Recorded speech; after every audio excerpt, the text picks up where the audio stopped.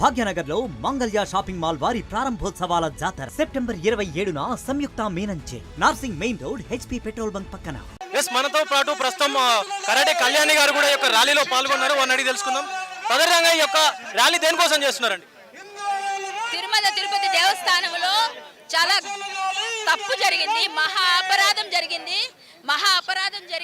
ఆ అపరాధానికి మేమందరం కూడా స్వామిని దోషం శిక్షించాలనే విధంగా మేమంతా కలిసి ర్యాలీ చేస్తున్నాము.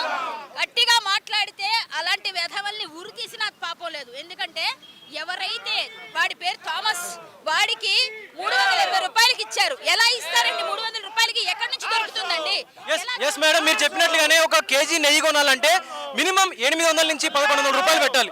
సో అలాంటి నెయ్యిని కేవలం 300 రూపాయలకు 310 రూపాయలకి ఎలా ఇచ్చారంట? 300 రూపాయలకి ఇవ్వడం వాళ్ళ మనుషులకు ఎవరో ప్లాన్ చేసుకొని ఇచ్చినట్టే కనిపిస్తుంది. ఇది ఉద్దేశపూర్వకంగా హిందూ మతం మీద ఒక బురద జల్లే విధంగా, కొంతమందిని ఇబ్బంది కలిగించే విధంగా, ఎన్ని విధాలుగా ప్రజలందరినీ కూడా బాధ పెట్టే విధంగా కుట్రపూరితంగా కావాలనే చేశారు. ఇది మాత్రం క్షమించరాని నేరం. ఆ ప్రభుత్వం హయాంలో జరిగింది కాబట్టి వాళ్ళని క్షమించాలకుండా వాళ్ళని శిక్షించాల్సిందే. మీరు చెప్పినట్టుగానే కలియుగ దైవం వెంకటేశ్వర స్వామి అంటే కొన్ని వందల కోట్ల మందికి ఒక ఎమోషన్. అలాంటి ఎమోషన్ తో వీళ్ళు ఆడుకున్నారు కదా. సో ఎలాంటి చర్యలు తీసుకోవాలంటున్నారు వీళ్ళ మీద? కలియుగ ప్రత్యక్ష దైవం కోట్ల మందికి ఆరాధ్య దైవం. అందరి హిందూ బంధువులందరికీ ఇలవేల్పు. మనం ఇంకా చెప్పాలి అంటే అబ్రాడ్ లో ఉన్న వాళ్ళు కూడా ఆయన చూడడానికి స్పెషల్ గా వచ్చి ఆయన దర్శించుకొని ఆ లడ్డూ ప్రసాదం కోసం వస్తారు. కొన్ని వందల లడ్డూలు మోసుకొని వెళ్ళి అందరికీ పంచుతారు. ఈ రోజు ఇంత అపచారం చేసిన వేధవల్ని శిక్షించాలని ప్రతి హిందువు కూడా కోరుతున్నారు. ఖచ్చితంగా శిక్షించాలని మేము చూసి అంతవరకు వదిలేదలేదు, అంతవరకు ఆపం కూడా ఇట్లాంటివి. మీరు చెప్పినట్లుగానే ఈ యొక్క పవిత్రత అనేది రామ జన్మభూమి ఏదైతే ఉందో అయోధ్యకు కూడా తిరుమల తిరుపతి నుంచి సుమారుగా 1,00,000 లడ్డూల వరకు కూడా పంపించారు. సో వాటిలో కూడా ఈ యొక్క కల్తీ జరిగేటువంటి అవకాశం ఉందంటారా? అసలు ఎక్కడైనా జరిగే అవకాశం ఉంది. ఇక్కడ అని చెప్పలేం. ప్రతి దేవాలయంలో కూడా ఇదే జరుగుతుంది. మన అనుమానం అందరికీ వస్తుంది. ఇంతకు ముందు దుర్గమ్మ గుడిలో కూడా జరిగింది. అప్పుడు కూడా వెలుగులోకి వచ్చింది. అయినప్పటికీ ఇంత తక్కువగా ఎవరిస్తారండి నెయ్యి? ఎక్కడిస్తారండి? అందులో కల్తీ లేకుండా ఎలా ఇస్తున్నాడు?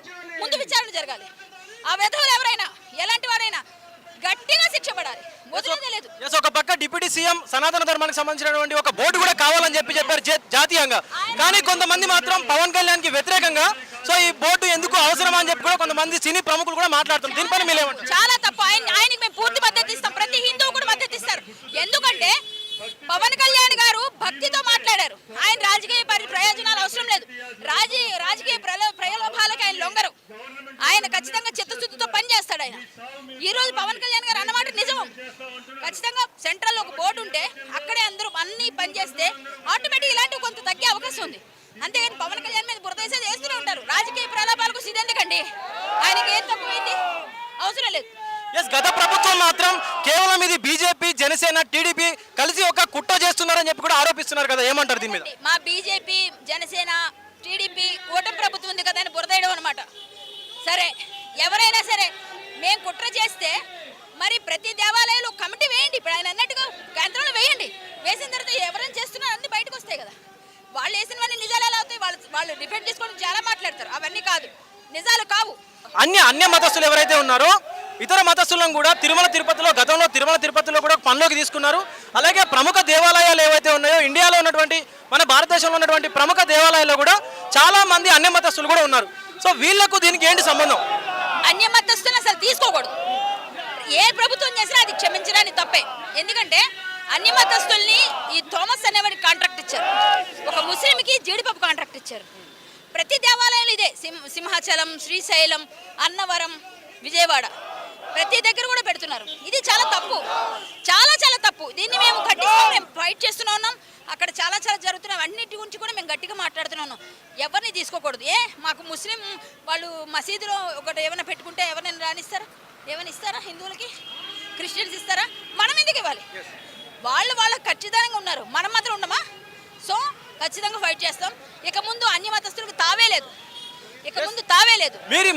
మీరు ప్రభుత్వం ముందు ఉంచినటువంటి డిమాండ్లు ఏమైనా ఉన్నాయా? ఉన్నాయండి. ప్రతిసారి తిరుపతి వెళ్ళి ఎన్నోసార్లు ప్రెస్ మీట్లు పెట్టాం, ఎన్నోసార్లు అడిగాము, ప్రభుత్వం ముందు ఉంచాము, ఇప్పుడు కూడా ఉంచుతాము. చాలా ఉన్నాయి. అవన్నీ ఇస్తాం. మొత్తం అక్కడ వాటర్ బాటిల్ దందా, చికెన్ షాపులు 100 మీటర్ల లోపలే చిరుచానూరులో. అలాగే ఇంకా చెప్పాలంటే మన్ని పార్కింగ్ దందా, లాడ్జ్లు ప్రతిదీ కూడా అక్కడ కరప్టెడ్ అయిపోయింది. సో ప్రతిదీ మేము అడుగుతామని తిరుమల ప్రక్షాళన కావాలి, దోషులకు శిక్షించాలి. ఎస్ రైట్, ఇది చూస్తున్నారు కదా, ఇక్కడ టీటీడీకి సంబంధించినటువంటి హిమాయత్ నగర్లో ఉన్నటువంటి టీటీడీకి సంబంధించినటువంటి ర్యాలీ కూడా జరుగుతూ ఉంది. సో టీటీడీ తిరుమల తిరుపతి దేవస్థానం ఏదైతే ఉందో దాంట్లో సంబంధించినటువంటి లడ్డూ ప్రసాదం కల్తీ నెయ్యితో తయారు చేయబడింది. ఆ యొక్క కల్తీ నెయ్యిని కూడా కల్తీ నెయ్యి సరఫరా చేసినటువంటి కంపెనీని కూడా టీటీడీ గతంలోనే బ్లాక్లో పెట్టింది. కానీ జంతువుల కొవ్వు అలాగే జంతువుల కలేబరం నుంచి వచ్చినటువంటి ఆయిల్ అలాగే ఫిష్ ఆయిల్కు సంబంధించినటువంటి నమూనాలు కూడా లడ్డూలో కనిపించాయని చెప్పి కూడా తిరుమల తిరుపతి దేవస్థానం అలాగే సాక్షాత్తు ఆంధ్రప్రదేశ్ ముఖ్యమంత్రి ఎవరైతే ఉన్నారో చంద్రబాబు నాయుడు కూడా ఇలాంటి ఘాటు వ్యాఖ్యలు చేసినటువంటి పరిస్థితి కూడా ఉంది. సో దీన్ని ఇదే తరుణంలో ప్రస్తుతం మనం హిమాయత్ నగర్లో ఉన్నటువంటి టీటీడీ క్షేత్రం నుంచి కూడా బషీర్బాగ్ వరకు కూడా భక్తులందరూ కూడా సనాతన ధర్మం అనుసరించే వాళ్ళందరూ కూడా ఇక్కడ ర్యాలీలో కూడా పాల్గొన్నారు. ప్రస్తుతం మనతో కరటి కళ్యాణ్ కూడా మాట్లాడారు.